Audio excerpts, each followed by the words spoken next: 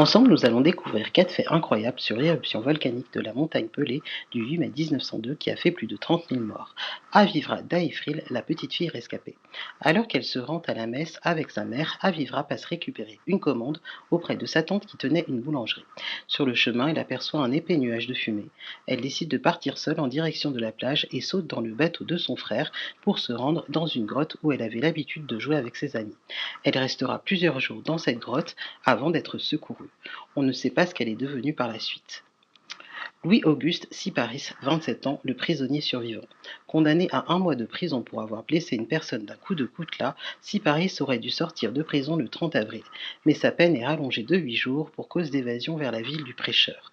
Le 8 mai 1902, alors que l'éruption du volcan fait rage, Siparis est protégé par son cachot où il restera 4 jours et 3 nuits enfermé.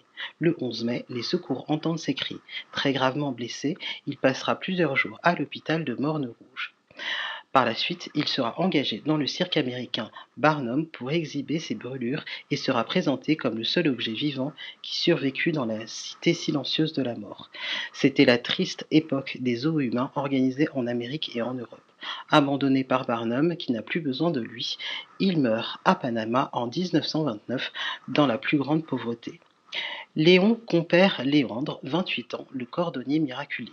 On sait peu de choses sur Léon Compère-Léandre. On dit qu'il échappa à cette éruption en fuyant à Font-Saint-Denis, à 6 km de Saint-Pierre. L'arbre sacré du fromager de Saint-Pierre. Brûlé en partie lors de l'éruption, cet arbre de 25 mètres de haut a miraculeusement repris vie 50 ans plus tard. En Martinique, les fromagers sont des arbres empreints de mysticisme et de croyance. Si vous avez aimé cette vidéo, n'hésitez pas à vous abonner, commenter, liker, partager.